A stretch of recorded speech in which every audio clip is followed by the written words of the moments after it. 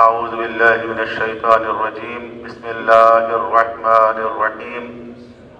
الحمد لله الذي هدانا لهذا وما كنا لنهتدي لولا أن هدانا الله لقد جاءت رسل ربنا بالحق. ثم الصلاة والسلام والتحية والإكرام على سيد الأنبياء والمرسلين خاتم النبيين بالقاسم محمد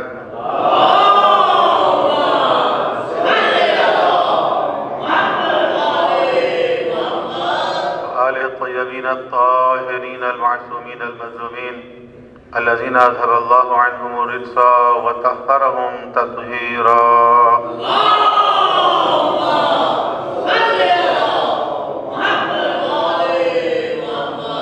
واللعنة الدائمة الأبدية على أعدائهم وغاصب حقوقهم ومنكر فضائلهم من الأولين والآخرين. أما بعد، فقد قال الله تبارك وتعالى في كتاب مبين: بسم الله الرحمن الرحيم. إنا أعطيناك الكوثر فصل لربك وانحر إن شانئك هو الأبتر. صلوات على محمد.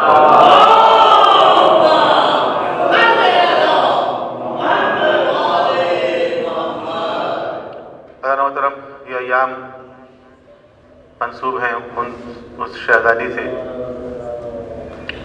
کہ جو پیغمبر ختم مرتبت حضرت محمد مصطفیٰ صلی اللہ علیہ وآلہ وسلم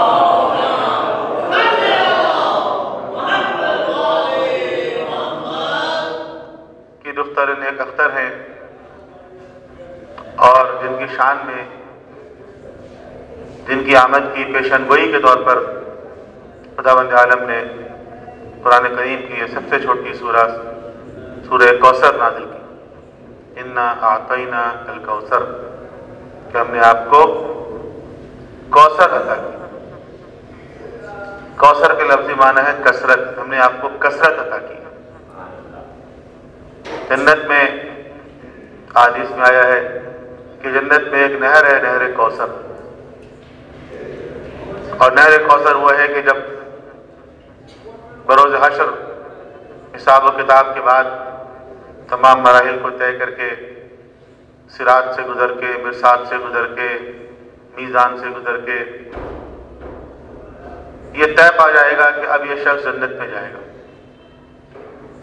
تو ظاہر ہے جو قیامت کا منظر ہوگا، جو ہولناکی ہوگی، جو بھوک اور پیاس کی شدت ہوگی، جو گرمی ہوگی، جو نفسا نفسی کی کیفیت ہوگی، اس کیفیت سے جب ایک انسان کو یہ یقین حاصل ہو جائے گا کہ اب میں جنت میں جانے والا ہوں، تو یقیناً ایک اطمینان کی کیفیت ہو جائے گی. اب اس کو لے جایا جائے گا اس نہر کی جانب جس کا نام ہے نہر کوثر، اور اس نہر کوثر سے اس کو سیراب کیا جائے گا. نہر کوثر سے سیراب ہونے کے بعد وہ ساری پریشانیاں، مشکلات، شدت، نفسا نفسی کی کیفیت جس سے وہ دوچار ہو کے یہاں تک پہنچا، وہ ساری چیزیں ختم ہو جائیں گی، مطمئن ہو جائے گا، اور اب وہ جنت میں جانے کی تیاری کرے گا. اس کو جنت کا لباس پہنایا جائے گا اور اس کے بعد اس کو جنت میں داخل کر دیا جائے گا. یہ جو نہر کوثر ہے، اس نہر کوثر پہ اہل جنت کو سیراب کرنے کے لیے ایک ساقی کوثر بھی ہوں گے. نہر کوثر پر اہل جنت کو آب کوثر سے سیراب کرنے کے لیے ساقی کوثر کون ہوں گے؟ حدیث میں ہے کہ مولا متقیان امیر المؤمنین علی ابن ابی طالب علیہ السلام.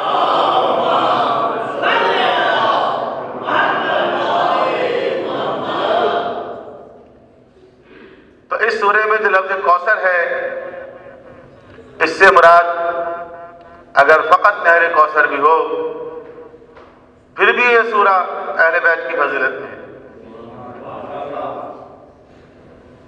لیکن فقط یہی نہیں، بہت سے قرآن کی اصطلاحات ہیں، بہت سے قرآن کے الفاظ ہیں، بہت سی قرآنی آیات ہیں جن کے مصداق ایک سے زیادہ ہوتے ہیں، کئی مصداق ہوتے ہیں.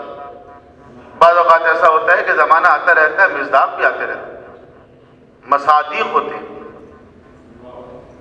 تو اس کوثر سے مراد جو لفظی معنی ہے یعنی کثرت، تو خداوند عالم نے اپنے حبیب سے یہ وعدہ کیا کہ حبیب ہم نے آپ کو کثرت عطا کی۔ کیوں کثرت؟ اس لیے کہ جو پیغمبر کے مخالفین تھے، جو مشرکین مکہ تھے، جو دین اسلام کو قبول نہیں کرنا چاہتے تھے،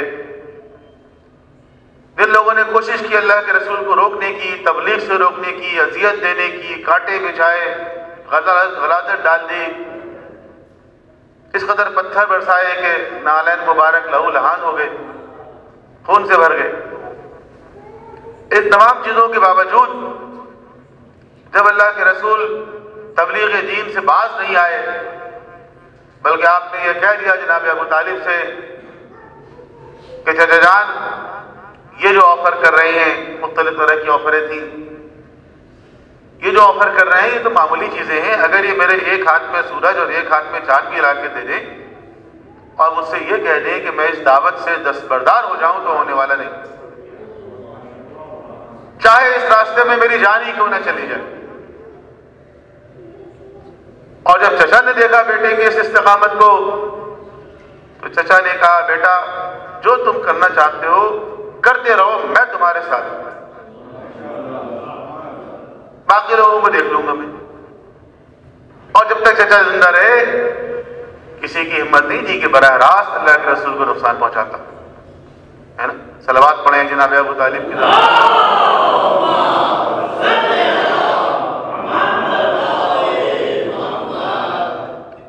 تو مشرکین جب تھک جاتے تھے، جب ہار مان لیتے تھے،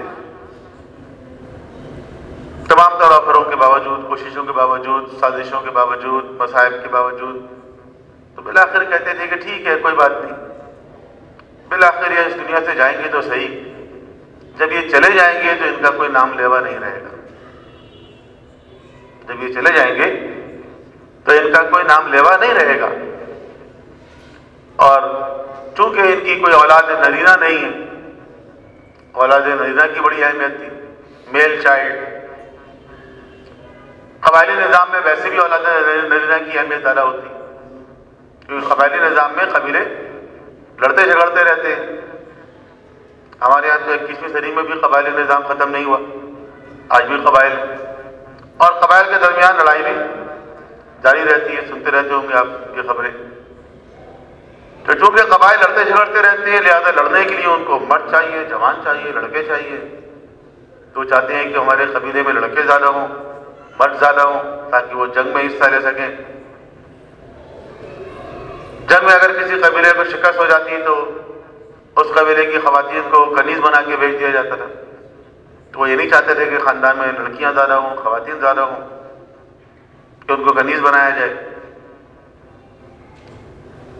الغرض اس کو قرآن کریم نے ایک لفظ استعمال کیا ہے، زمانہ جاہلیت۔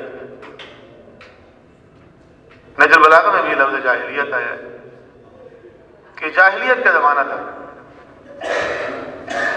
تو مشرکین یہ سمجھتے تھے کہ اللہ کے رسول کیا چونکہ کوئی بیٹا نہیں ہے، فرزند نہیں ہے، خدا نے جو فرزند دیے خدا کی مصلحت خدا نے واپس لے لی۔ جناب ابراہیم، جناب قاسم کم عمری میں اس دنیا سے گزر گئے۔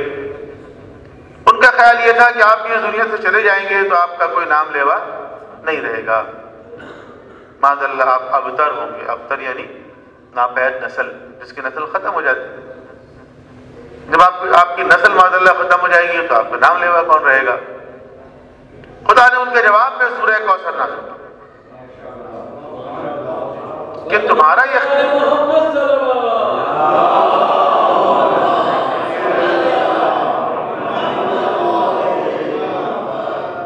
تمہارا خیال ہے کہ معاذ اللہ کے رسول ابتر ہوں گے، تو ہم نے تو ان کو کثرت عطا کی ہے، کثرت۔ آج 1500 سال کے بعد ہم اس آیت کی تلاوت کر رہے ہیں۔ آج آپ دیکھیں کہ اللہ کے رسول کی نسل میں کثرت ہے یا نہیں۔ دنیا کے ہر کوشے میں، ہر کونے میں، کیا ایشیا، کیا افریقہ، کیا امریکہ، کیا آسٹریلیا، ہر جگہ جو سادات کرام ہیں وہ فخر سے کہتی ہیں کہ ہم آل رسول ہیں، ہم پیغمبر کی ذریت ہیں، ہم پیغمبر کی نسل ہیں۔ کوئی ایسا ملا جو کہتا ہو میں ابو جہل کی نسل سے ہوں، میں ابو سفیان کی اولاد ہوں؟ کیا پتہ ہوں، ہمیں نہیں معلوم۔ کیا پتہ ہوں کہ میں کیا پتہ ہوں، اس لیے کہہ رہا ہوں کہ روایت میں ہے کہ آخر زمانے میں ایک سفیانی خروج کرے گا۔ اب وہ جو سفیانی خروج کرے گا اس کے بارے میں دونوں آپشنز ہیں۔ ایک یہ ہے کہ واقعی ابو سفیان کی نسل سے ہوگا، کسی کونے میں اس کی نسل ہو سکتی ہے ایک دم سامنے آ جائے۔ تو ایک تو یہ ہے کہ کیا پتہ وہ ابو سفیان ہی کی نسل کا ہو گئی۔ دوسرا آپشن یہ ہے کہ ضروری نہیں ہے کہ ابو سفیان کا وہ کی نسل ہو، اس کی صلبی اولاد ہو، بلکہ ابو سفیان والا مائنڈ سیٹ ہو سکتا ہے جو آج بھی مسلمانوں کے درمیان نظر آتے ہیں آپ کو۔ سفیانیت ایک مائنڈ سیٹ کا بھی تو نام ہے نا، تو وہ مائنڈ سیٹ بھی سفیانیت ہے، تو دونوں باتیں ہو سکتی ہیں۔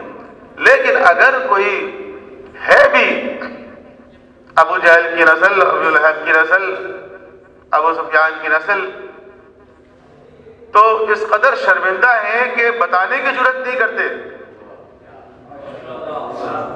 اگر ہیں بھی کسی کونے میں تو جرات نہیں ہے ان کے اندر کہ وہ فخر سے بتائیں، جس طرح آل رسول فخر سے بتاتے کہ ہم سید ہیں، ہر کونے میں سید ہیں، صرف عرب میں نہیں ہے، عجم میں بھی۔ تو یہ جتنے بھی سادات کرام ہیں اسی لیے ان کا احترام کیا ہے کہ وہ آل رسول ہیں، نسبت کی وجہ سے احترام۔ اس احترام کا مطلب یہ نہیں ہے کہ وہ خدا نخواستہ اسلام میں کوئی ہندو مذہب کی طرح کچھ لوگ برہمن ہیں کچھ لوگ شودر ہیں، ایسا کچھ نہیں ہے، غلط فہمی نہ رہے۔ قاعدہ قانون اصول وہی ہے جو قرآن کریم نے بیان کیا ہے، ان اکرمکم عند اللہ اتقاکم، تم میں زیادہ عزت اس کی ہے جو تقوی میں زیادہ ہوگا۔ معیار وہی ہے جو قرآن نے دیا ہے، معیار وہی ہے جو مولا کائنات نے دیا ہے کہ جس کو اس کا عمل پیچھے کر دے اس کو اس کا حسب و نسب آگے نہیں بڑھا سکتا۔ بتا دیا مولا علی نے کیٹیگوریکلی۔ ہاں احترام نسبت کی وجہ سے احترام، وہ احترام ہے یقیناً۔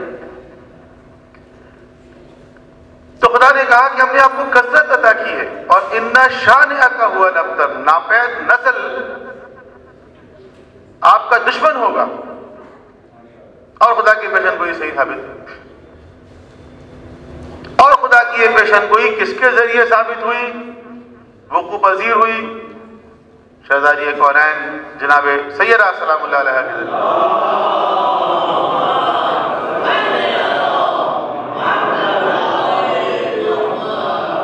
آپ نے فرمایا ہر نبی کی نسل اس کے صلب میں قرار پائی، اور میری نسل علی کے صلب سے چلی۔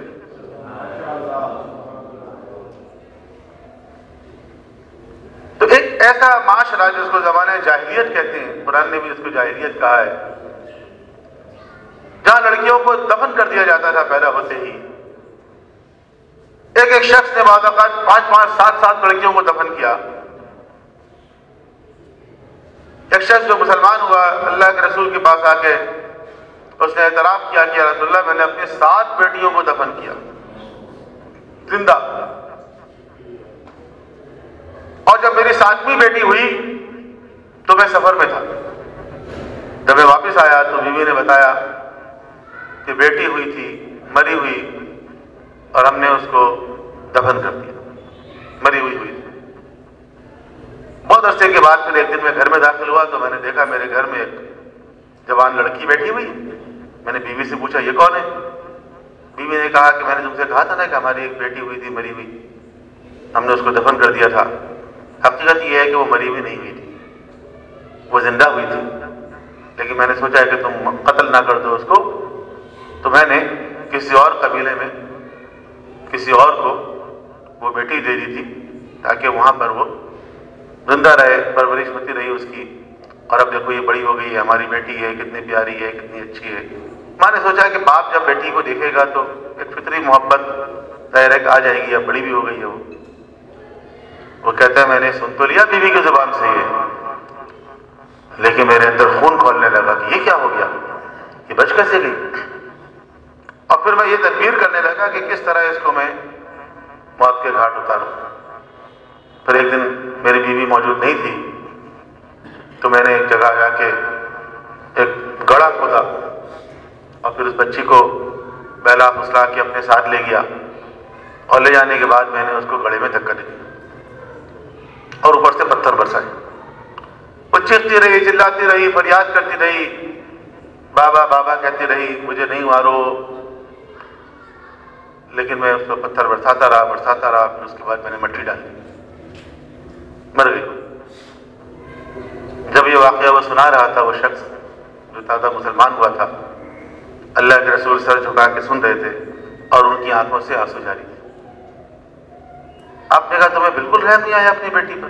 کہا نہیں یا رسول اللہ، بالکل رحم نہیں، میرا دل سیاہ ہو گیا تھا، دل سیاہ ہو گیا تھا، اور بالکل مجھے اپنی بیٹی پر محبت نہیں آئی، کوئی رحم نہیں آیا۔ میں نے اس کو جب قتل کر دیا مطمئن ہو گیا، میں نے ایک اچھا کام کر دیا۔ ایک ایسا معاشرہ، ایک ایسی سوسائٹی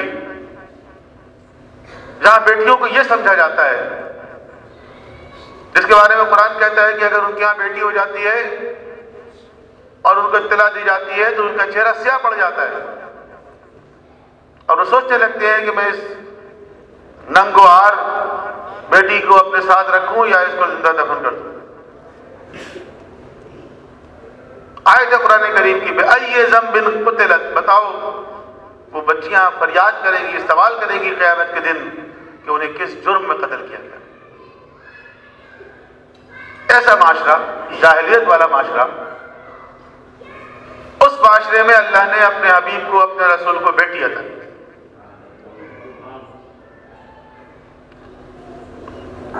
اور بیٹی کے بارے میں آپ نے فرمایا کہ جو شخص اپنی 2 بیٹیوں کی کفالت کرے یہاں تک کہ وہ بڑی ہو جائیں تو قیامت کے دن میرے ساتھ ایسے ہوگا، 2 انگلیوں کو جوڑ کے بتایا، ایسے رہے گا قیامت کے دن۔ 2 بیٹیوں کی کفالت کرنے والا۔ یتیم کے بارے میں آپ نے فرمایا انا و کافل الیتیم ہاکذا، میں اور یتیم کی کفالت کرنے والا ایسے ہوں گے۔ آپ نے انگلی کو ایسے پھیلا کے دکھایا، قریب ہوں گے لیکن انگلی کو پھیلا کے دکھایا، میں اور یتیم کی کفالت کرنے والے ایسے ہوں گے، اور 2 بیٹیوں کی کفالت کرنے والے فرمایا کہ ایسے ہوں گے، ملا کے فرمایا۔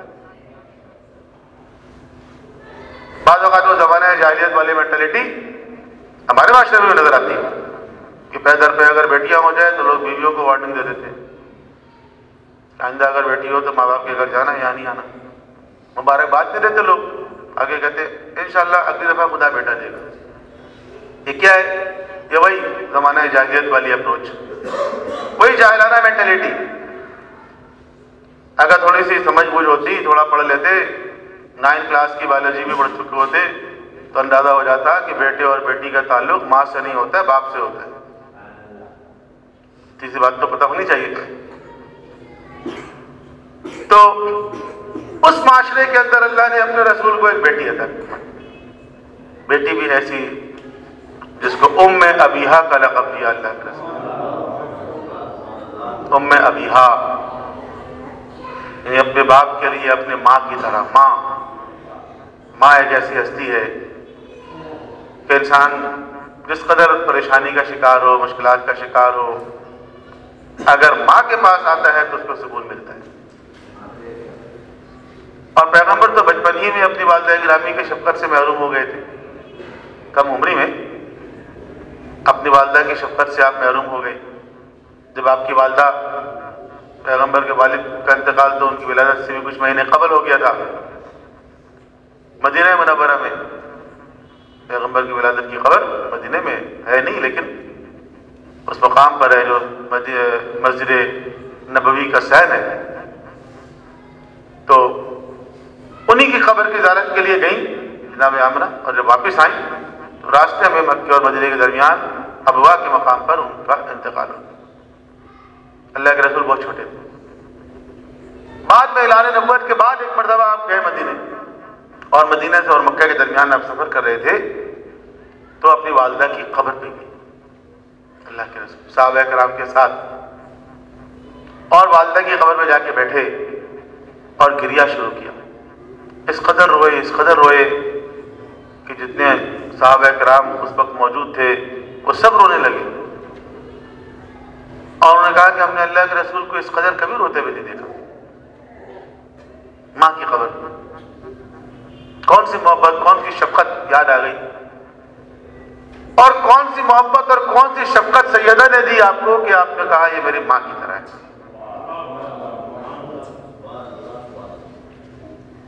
جب وہ تشریف لاتی ہیں کھڑے ہو جایا کرتے تھے، صرف کھڑے نہیں ہوتے تھے، آگے بڑھ کے استقبال کرتے تھے،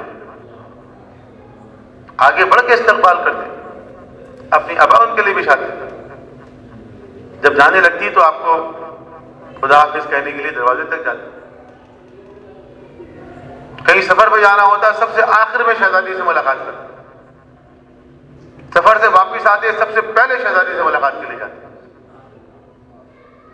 کیا کیا فضائل بیان کیا جائے، اگر صرف یہی باتیں بیان کر دیں تو مجلس پوری ہو جائے گی. تو ایک بیٹی خدا نے آپ کو بتائی جن کے فضائل روز بروز ظاہر ہوتے ہیں. اور یہ فضائل یوں ہی نہیں تھے، کچھ ان کے کارنامے ہیں جن کی وجہ سے یہ فضائل ظاہر ہو رہے ہیں. کچھ کارنامے ہیں. سورہ دہر کی آیتیں یوں ہی نازل نہیں ہوئی. کوئی بھی وزیر اٹھا کے دیکھ لیا، سورہ دہر کی آیتیں یوں ہی تو نہیں اتری، کوئی کارنامہ ہے نا.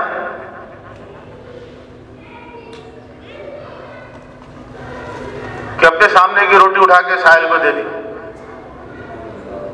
شہزادی نے اپنے سامنے کی روٹی ساحل کو دے دی، مولا علی نے اپنے سامنے کی روٹی ساحل کو دے دی.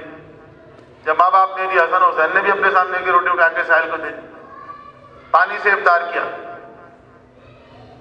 ایک دن گزر گیا، دوسرے دن پھر ساحل آ گیا، پھر دے دی. تیسرے دن پھر ساحل آ گیا، پھر دے دی. 3 دن گزر گئے، پانی سے افطار کر کے روزہ رکھتے رہے. چوتھے دن جو اللہ کے رسول تشریف لائے اور حسن حسین پہ نگاہ پڑی، جب بھی بیماری سے اٹھ رہے تھے نا، جس کی وجہ سے شہزادی نے روزے رکھے تھے، جب پیغمبر کی نگاہ پڑی تو حسن حسین کے چہرے کھملا گئے تھے، چہرے زرد ہو گئے، ہاتھ پاؤں لرز رہے تھے بھوک کی شدت کی وجہ سے. پیغمبر کی آنکھ میں آنسو آ گئے. ادھر پیغمبر کی آنکھ میں آنسو آئے، ادھر جبریل آئے سورہ دہر لے کر، سورہ حل عطا لے کر. یؤفون بالنذر ویخافون یوما کان شرہ مستطیرا. اس طرح نظر کو پوری کرتے.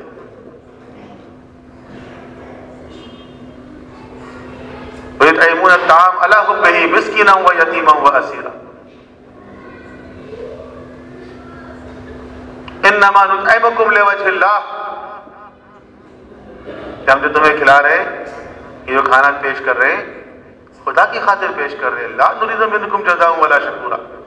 جزا نہیں چاہیے، کوئی شکر گزاری نہیں چاہیے، تھینک یو کہنے کی ضرورت نہیں ہے، بس لے جاؤ. اس قدر بے لوث.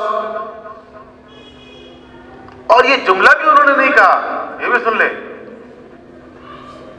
کسی کتاب میں نہیں ملے گا. آپ سیرت کی کتابیں دیکھ لیں، سیرت پیغمبر دیکھ لیں، جامع سیرت دیکھ لیں، کہیں نہیں ملے گا کہ جناب سیدہ نے یہ جملہ فرمایا ہو انما نطعمکم لوجہ اللہ، کہ ہم تمہیں خدا کی خاطر کھلا رہے ہیں.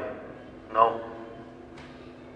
یہ نہیں کہ ہم تمہیں خدا کی خاطر کھلا رہے ہیں، کوئی جزا نہیں چاہیے، شکر گزاری نہیں چاہیے. یہ جملہ کہنا بھی ان کی شان کے خلاف، خلوص کے خلاف، کہ کسی کو جب عطا کرے تو یہ کہہ کے دے کہ ہم تمہیں احسان کر رہے ہیں تمہارے اوپر.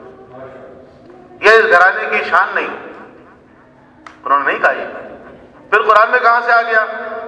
قرآن کی آیت ہے نا، یہ تو قرآن میں کہاں سے آ گیا؟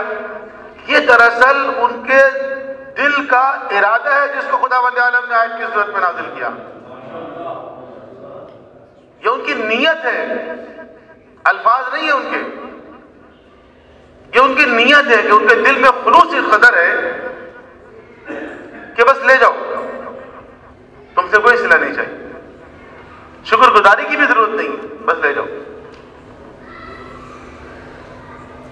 تو عرض کرنے کا مقصد یہ ہے کہ کہ کوئی کارنامہ ہے تو یہ آیتیں نازل ہوئی ہیں نا. اور لوگ بھی کارنامے دکھاتے ہیں، ان کے شان میں بھی قرآن کی آیتیں آتی ہیں.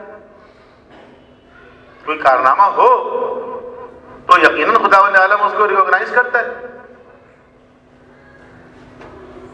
جن لوگوں کے دوسرے کارنامے تھے اسی طرح کی آیتیں نازل ہوئی. قرآن کریم کی بہت ساری آیتیں ہیں جو اور لوگوں کی شان میں نازل ہوئی. جیسے جیسے انہوں نے کارنامے دکھائے ویسے ویسے آیتیں نازل ہوئی. تو اس گھرانے کی ایک فضیلت ہے، ایک مقام ہے، ایک مرتبہ ہے.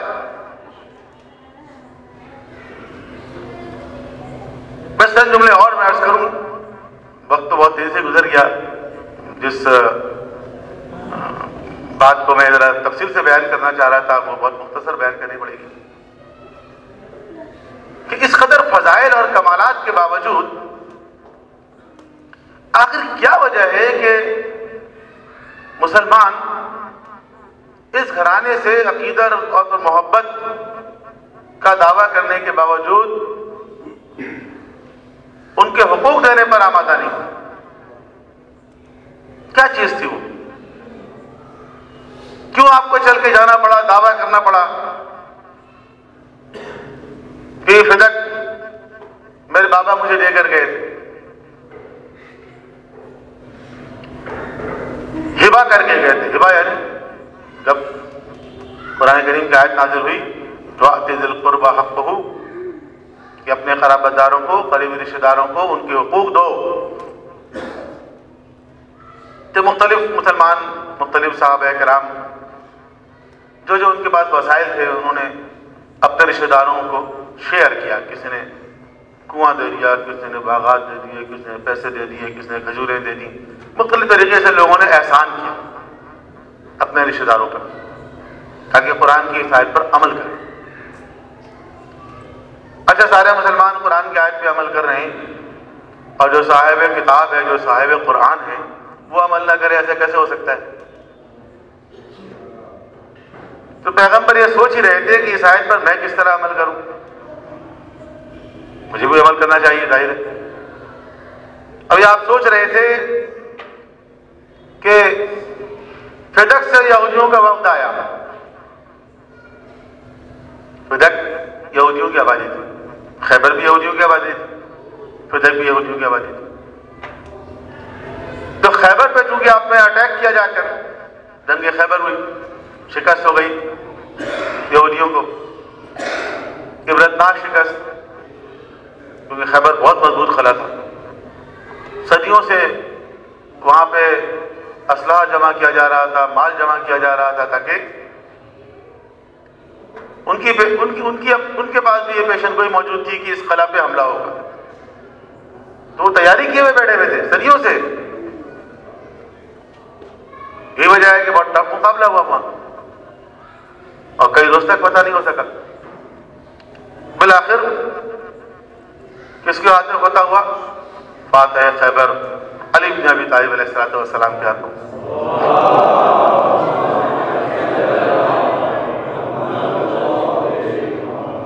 جب خیبر فتح ہو گیا تو فدق کے یہودیوں کو یہ خوف ہوا کہ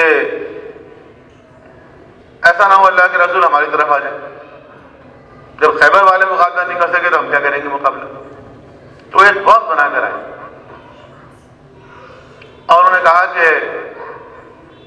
ہم آپ کے پاس اس لیے آئے ہیں کہ ہم آپ سے جنگ نہیں کرنا چاہتے، اپنے کام بھی نہیں کرنا چاہتے.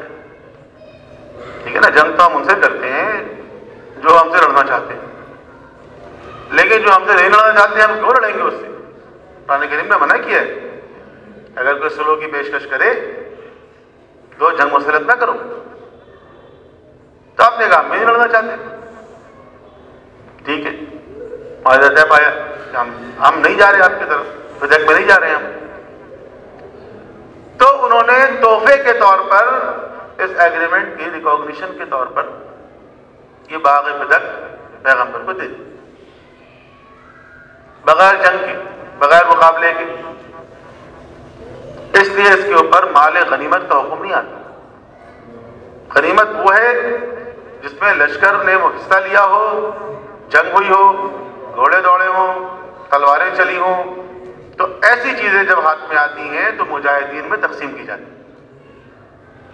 چونکہ یہاں پر گھوڑے نہیں دوڑے، جنگ نہیں ہوئی، تلواریں نہیں چلی، مقابلہ نہیں ہوا، اس کو دو الفاظ قرآن کریم کے اندر آئے ہیں، ایک فی اور ایک انفال۔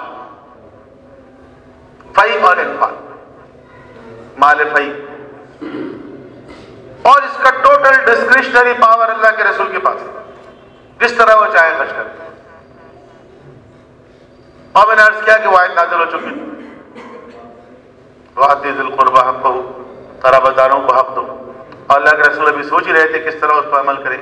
جب یہ باغ فتح آیا، آپ نے یہ تحفے میں، ہدیے میں جناب سیدہ کو عطا فرمایا، ہبہ کی۔ ہبہ کا مطلب ملکیت ہینڈ اوور کرنا، کہ ہم نے آپ کو دے دیا، اب آپ کا ہوگی۔ اور جب تک اللہ کے رسول کی رحمت ہوئی، اس وقت تک اس باغ پر جناب سیدہ کے اپنے بٹھائے ہوئے لوگ وہاں پر کاشتکاری اور دیگر کام انجام دیا کرتے تھے۔ ادھر پیغمبر کی آنکھ بند ہوئی، ادھر کچھ لوگوں نے جا کے اس باغ پر حملہ کر دیا۔ جیسے آج کل ہوتا ہے نا، کہیں پر لینڈ گریبرز جو ہوتے ہیں، لینڈ مافیا کے لوگ، وہ کیا کرتے ہیں، سب سے پہلے جا کر وہاں پر چوکیدار وغیرہ جو ہوتے ہیں، پہلے ان کو ڈراتے ہیں، دھمکاتے ہیں، فائرنگ کر دیتے ہیں، وہ بیچارے بھاگ جاتے ہیں تو وہ وہاں جا کے بیٹھ جاتے ہیں۔ وہ یہ ظاہر کرنا چاہتے ہیں کہ قبضہ تو ہمارا ہے۔ جب یہ معاملہ کورٹ میں جائے گا تو کہیں گے قبضہ کس کا ہے؟ قبضہ ہمارا ہے۔ اور ایک محاورہ ہے، اردو میں بھی استعمال ہوتا ہے کہ دعویٰ جھوٹا، قبضہ سچا۔ جس کا قبضہ ہے، یہ شریعت میں بھی ہے، اس میں تھوڑی سی وضاحت میں کروں گا 2 منٹ میں۔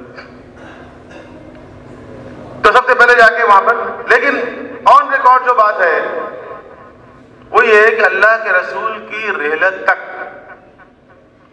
یہ باغ کس کے قبضے میں تھا؟ جناب سیدہ کے قبضے میں تھا۔ وہاں ان کے بٹھائے ہوئے لوگ کام کر رہے تھے، اس کی جو آمدنی آتی تھی وہ آپ کے پاس آتی تھی۔ یہ کہ اللہ کے رسول اسلامی لشکر کے اخراجات بھی اس پیسے سے پورا کرتے تھے، ٹھیک ہے یہ بات، ٹھیک ہے یہ بات۔ جناب سیدہ نے، مولا علی نے کسی بھی مال کو کبھی اپنے ذاتی کام کے لیے رکھا ہی نہیں۔ جنگ خیبر کے بعد مولا علی جب گھر میں داخل ہوئے، دیر سے داخل ہوئے، شہزادے نے پوچھا کہ تاخیر سے آپ آئے اور خالی ہاتھ آئے، جو لوگ آ رہے ہیں خیبر سے وہ تو کافی مال لے کر آ رہے ہیں، آپ کو نہیں ملا؟ مجھے بھی ملا۔ پھر آپ نے فرمایا جب میں داخل ہوا مدینے کے اندر، خیبر میں بہت مال تھا اور بہت ملا لوگوں کو، ہر گھر میں خوشیاں تھیں۔ فرمایا جب میں داخل ہوا مدینے میں تو میں نے دیکھا ہر گھر میں خوشیاں ہیں، تو میرے ذہن میں یہ خیال آیا کہ آج خیبر فتح ہونے کے بعد ہر گھر میں خوشیاں ہیں، مال آ گیا ہے، لیکن وہ مسلمان جو جنگ بدر میں شہید ہو گئے، جو جنگ احد میں شہید ہوئے، ان کے گھروں میں تو یہ خوشیاں نہیں ہیں نا۔ بس جو کچھ مجھے ملا تھا میں نے ان شہداء کے خانوادوں میں تقسیم کر دیا۔ شہزادی کہتی ہیں کہ یہ جو میں آپ سے پوچھ رہی ہوں کہ خیبر کا مال لے کر آپ نہیں آئے، تو اسی لیے پوچھ رہی تھی کہ اگر آپ کچھ لے کر آتے تو شہداء کے خانوادے میں تقسیم کرتے۔ صلوات پڑھیں ایک محمد والے محمد۔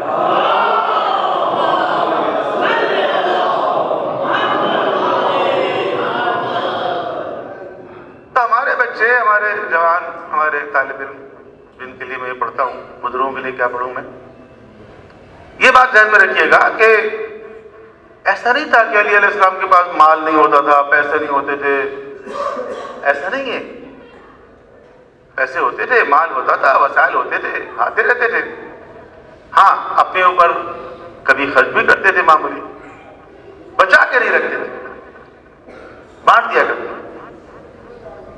پیسے ہوتے تھے لیکن بانٹ دیا کرتے تھے، دے دیا کرتے تھے غریبوں کو۔ تو فتح کس طرح جناب سیدہ کی بات۔ اور جب آپ گئیں اس مقدمے کو لے کر، تو مشہور تو یہ ہے نا وراثت کا مقدمہ، نہیں وراثت کا مقدمہ نہیں ہے، یہ 3 مقدمات ہیں۔ جب کوئی مقدمہ کرتا ہے سارے نکات لے کے جاتے ہیں۔ سب سے پہلے ہبہ کا مقدمہ، کہ میرے بابا مجھے دے کر گئے تھے، دے کر گئے۔ دن پر انہوں نے کہا اچھا گواہ لے کر آؤ۔ گواہ کس کو لانا چاہیے؟ اربا مولا علی نے کہا کہ ایک مسلمان کے پاس کوئی چیز ہے اور میں یہ کہوں کہ یہ میری ہے، وہ کسی اور مسلمان کے پاس۔ یہ قاعدہ ہے فقہ میں، قاعدہ جد، کہ جس کے ہاتھ میں کوئی چیز ہے وہ اس کا مالک تصور کیا جائے گا، سوائے اس کے کہ آپ اس کے خلاف ثابت کر دیں۔ تو مولا علی نے فرمایا کہ اگر کسی مسلمان کے پاس کوئی چیز ہے اور میں یہ دعویٰ کروں کہ یہ میری ہے تو کیا کہو گے تم؟ انہوں نے کہا ہم آپ سے گواہ مانگیں گے، آپ سے مانگیں گے، کیونکہ دعویٰ آپ کا ہے، قبضہ اس کا ہے۔ گواہ کون پیش کرے گا؟ دعویٰ کرنے والا پیش کرے گا۔ تو فرمایا فدق تو ہمارے قبضے میں تھا آخر وقت تک، تو گواہ ہم سے کیوں مانگے جا رہے ہیں؟ گواہ تو وہ پیش کرے جو یہ کہہ رہا ہے کہ ہمارا نہیں ہے، گواہ تو وہ پیش کرے گا نا، نہیں گواہ ان سے مانگا گیا، آپ گواہی دیں۔ اور جب گواہ پیش کیے گئے تو کسی کو کہا کہ یہ تو آپ کے فرزند ہے۔ فرزند کی گواہی نہیں ہوتی اسلام میں۔ ایک بڑا مشہور واقعہ ہے، میں تفصیل نہیں بیان کر سکتا، صرف اشارے میں بیان کروں گا، اور بہت فخر کے ساتھ بیان کیا جاتا ہے کہ ایک صاحب کے اوپر کسی نے اعتراض کیا کہ یہ جو آپ نے قمیص پہنی ہوئی ہے تو بہت لمبی ہے، جو کپڑا تقسیم کیا گیا تھا وہ اس قابل تو نہیں تھا کہ اتنی بڑی قمیص بن جائے، پھر کیسے بن گئی یہ قمیص؟ فوراً ایک گواہ کھڑا ہو گیا۔ گواہ کون تھا؟ گواہ کون تھا؟ گواہ بیٹا تھا۔ بیٹے نے کہا میں نے اپنے حصے کا کپڑا بھی ابا جان کو دے دیا تھا، یعنی بیٹی کی گواہی باپ کے حق میں قبول ہو گئی وہاں۔ اور جو جوانان جنت کے سردار ہیں ان کی گواہی قابل قبول نہیں ہے، تو بیٹی کی گواہی ام ایمن کو پیش کیا جناب زہرا نے، بہت انٹرسٹنگ ہے۔ ام ایمن کون ہے؟ ام ایمن پیغمبر کی کنیز ہے، ام ایمن پیغمبر کی کنیز ہے۔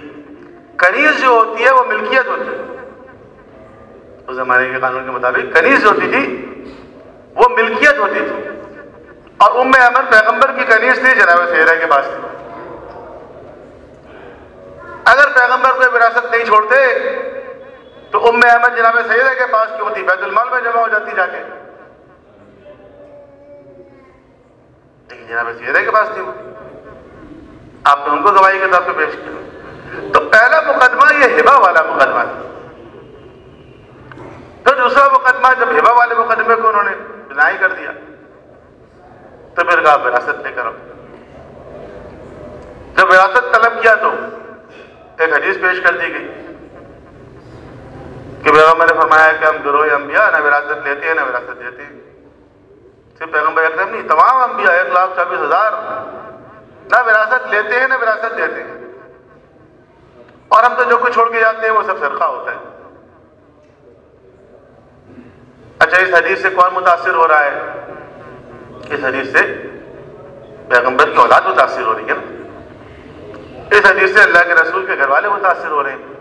جو لوگ متاثر ہو رہے ہیں ان کے علم میں نہیں ہے کہ اللہ کے رسول ایسی کوئی بات کہہ کر گئے، اور باہر کا ایک شخص آ کے ان کو بتا رہا ہے کہ آپ کے والد یہ کہہ کر گئے۔ اگر اسلام کا کوئی قانون ہے، جو بھی اسلام کا قانون تھا وہ تو اللہ کے رسول سب کے سامنے بیان کرتے تھے، چپکے سے کسی ایک شخص کے کان میں تو نہیں بیان کرتے۔ اور قرآن کریم میں احکام جتنے آئے ہیں ان کی تعداد بہت زیادہ نہیں ہے، ان کی تفصیلات بھی اتنی نہیں آئی، لیکن وراثت کا قانون ایک ایسا قانون ہے جس کی کافی تفصیلات قرآن کریم میں، کافی ڈیٹیل قرآن کریم میں آپ کو مل جائے گی سورہ نساء کی آیتوں کے اندر، ایک رشتے کے بارے میں کہ اس کو شوہر کو کتنا ملے گا، بیوی کو کتنا ملے گا، ماں کو کتنا ملے گا، باپ کو کتنا ملے گا، اولاد کو کتنا ملے گا۔ اور جتنی آیتیں وراثت کی ہیں کسی آیت کے اندر کوئی ایگزیپشن نہیں کہ جیسے یہ تمام مسلمانوں کے لیے اللہ کے رسول کے لیے نہیں۔ بعض احکام ایسے ہیں جو عام مسلمانوں کے لیے ہیں، اللہ کے رسول کے لیے دوسرا حکم، عام مسلمان خواتین کے لیے حکم ہے کہ جب باہر نکلے تو حجاب کے ساتھ نکلیں، لیکن پیغمبر کے ازواج کے لیے ہے کہ باہر ہی نہ نکلیں، وقرن فی بیوتکن، اپنے گھر میں ٹک کے بیٹھی رہا کریں۔ عام مسلمان خواتین کے لیے حکم اور ہے، اور اللہ کے رسول کی ازواج مطہرات کے لیے حکم اور ہے، فرق ہے دونوں۔ تو جہاں فرق ہے وہاں قرآن نے بیان کیا، لیکن وراثت کے قانون میں تو ایسا کچھ نہیں۔ تو جب وہاں سے حدیث پیش کی گئی، شہزادی نے اس وقت کو خطبہ شروع کیا اور آپ نے پے در پے وراثت کی کم از کم 5 آیتیں پڑھی اور فرمایا کہ یہ عجیب قانون ہے کہ تمہاری اولاد تو تمہاری وراثت لے، لیکن ہم پیغمبر کی وراثت سے محروم رہے۔ یہ کہاں لکھا ہوا ہے قرآن کریم میں اتنی وراثت کی آیتیں ہیں؟ بن جملہ ان میں سے ایک آیت وہ بھی ہے کہ وَوَرِثَ سُلَيْمَانُ دَاؤُدَ، سلیمان علیہ السلام داؤد علیہ السلام کے وارث بنے۔ سلیمان علیہ السلام بھی نبی، داؤد علیہ السلام بھی نبی، ایک نبی وراثت دے رہے ہیں، ایک نبی وراثت لے رہے ہیں۔ ابھی وہاں سے کیا بات ہوئی تھی کہ ہم گروہ انبیاء نہ وراثت لیتے ہیں نہ وراثت دیتے ہیں۔ اب آپ کسی بھی مسلمان اسلامی علوم سے تھوڑی بہت بھی شغف رکھنے والے شخص سے پوچھیں کہ آیت اور حدیث اگر آپس میں ٹکرا جائے تو آیت مانی جائے گی یا حدیث مانی جائے گی؟ حدیث کو آیت پہ رکھ کے چیک کرتے، آیتوں کو حدیث پہ رکھ کے چیک نہیں کرتے، اصول یہی ہے نا۔ تو آیت مانی جائے گی، حدیث نہیں مانی جائے گی۔ یار جناب سیدہ کا جو خطبہ ہے نا، خطبہ فدق، پڑھے ضرور، ہمارے بچے اردو میں دستیاب ہے، اس کے اندر جو انہوں نے آرگومنٹس دیے ہیں، ان کے اندر جو انہوں نے دلیلیں دی ہیں، آپ یقین کریں 1500 سال گزرنے کے باوجود آج وہ دلیل کسی کے سامنے پیش کرے لاجواب ہو جاتا ہے وہ شخص، جواب نہیں آج تک اس کا، جو آرگومنٹس جو دلیلیں ہیں اس کے اندر آج بھی اس کا کوئی جواب نہیں۔ تو لوگ انکار کرتے تھے نہیں ان کا خطبہ ہی نہیں ہے، لوگوں نے تو کتابوں کا بھی انکار کر دیا کہ یہ کتابیں فلاں کی نہیں ہے جس میں یہ لکھا ہوا، کیا کہہ سکتے ہیں۔ تو آپ نے وراثت کا دعویٰ کیا، پھر آپ نے خمس کا دعویٰ کیا کہ خمس بھی تو ہمارا حق ہے نا آل پیغمبر کا۔ الغرض یہ جو آپ نے مقدمہ قائم کیا یہ فقط کھجوروں کے باغات کے لیے نہیں تھا، اس باغ کی بھی بڑی اہمیت تھی۔ کوئی یہ سمجھے کہ فقط چند کھجور کے درخت تھے، ایسا نہیں ہے۔ اس کی آمدنی اس قدر زیادہ تھی کہ پورے اسلامی لشکر کا خرچہ اس سے چلتا تھا، کوئی معمولی نہیں تھا وہ۔ لیکن شہزادی جو چل کر گئی وہ کھجوروں کے درخت کے لیے نہیں گئی، وہ یہ بتانے کے لیے گئی کہ پیغمبر کے اصل وارث ہم ہیں، اور وہ بھی یہ سمجھ رہے تھے کہ یہ جو شہزادی چل کے ہمارے پاس آئی ہیں، اور کہا بھی ایک دوسرے سے آگے بڑھ کر کہ آج یہ دعویٰ کر رہی ہیں فدق کا، اگر تم نے دے دیا کل اگر خلافت کا دعویٰ کریں گی دے دو گے۔ وہ بھی یہ سمجھ رہے تھے کہ فدق کا مطلب کھجور کا باغ نہیں ہے۔ اس کے کافی عرصے کے بعد ہارون رشید نے امام موسیٰ کاظم علیہ السلام سے کہا کہ فرزند رسول بتائیے فدق کا حدود اربعہ کیا ہے، میں آپ کو لکھ کے دے دیتا ہوں۔ تاریخ میں فدق کبھی ادھر رہا کبھی ادھر رہا، کئی مرتبہ ہوا۔ عمر ابن عبدالعزیز نے آ کے واپس کیا فدق، عمر ابن عبدالعزیز کے تعلق سے بنو امیہ سے تھا۔ اس کا مطلب یہ ہے کہ وہ یہ بات تسلیم کر رہا ہے کہ اس کے آباء و اجداد نے فدق کو غصب کیا۔ تو ہارون نے کہا بتائیے کیا ہے، میں آپ کو لکھ کے دے دیتا ہوں۔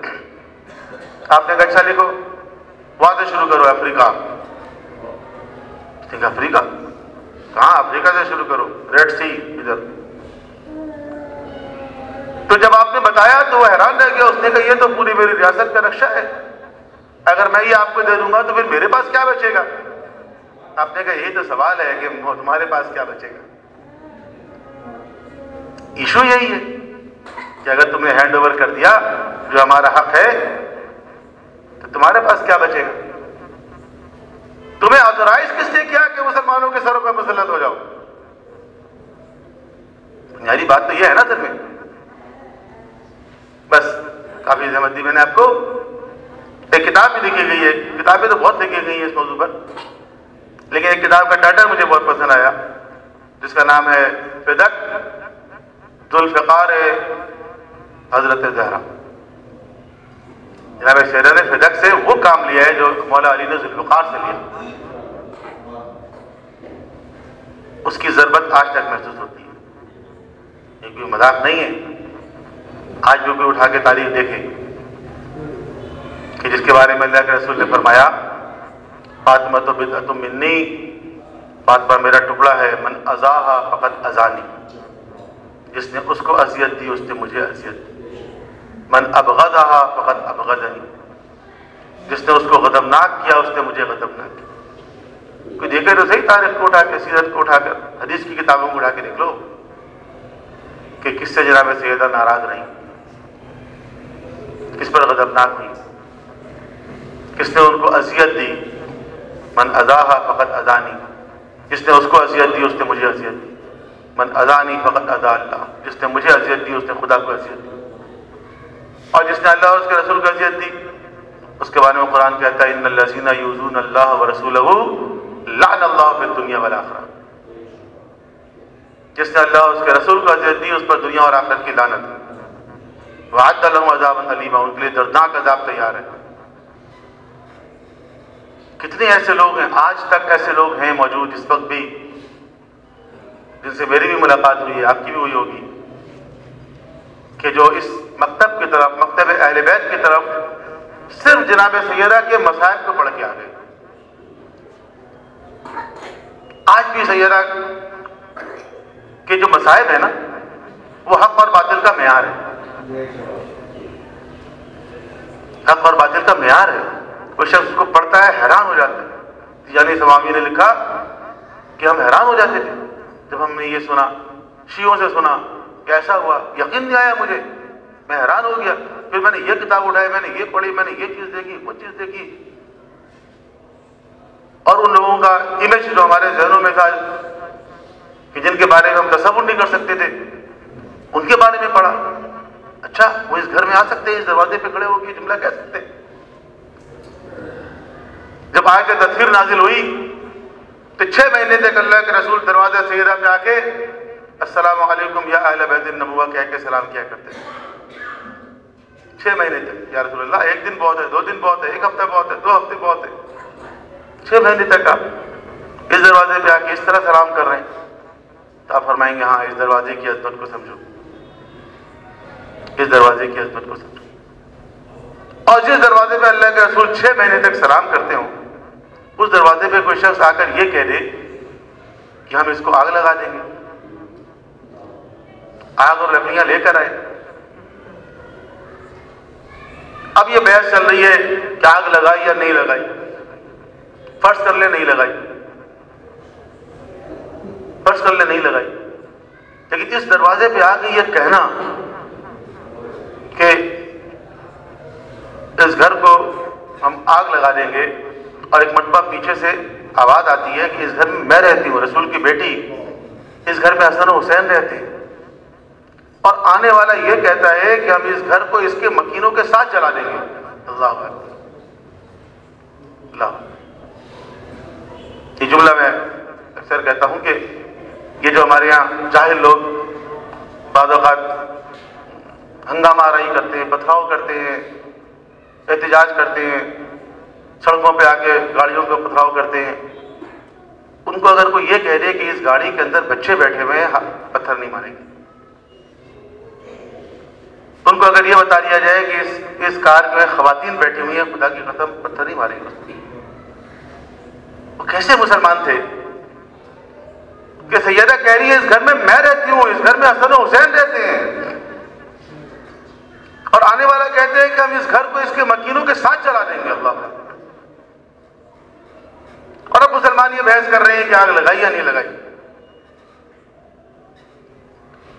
ایک ایسا موقع آیا کہ جب شہزادی دیوار اور دروازے کے درمیان تھی, اس دروازے کو اس طرح گرایا گیا کہ آپ کی آواز بلند ہوئی, یا فضا خذینی, اے فضا میری مدد کو آؤ, ارے میرا محسن شہید ہو گیا.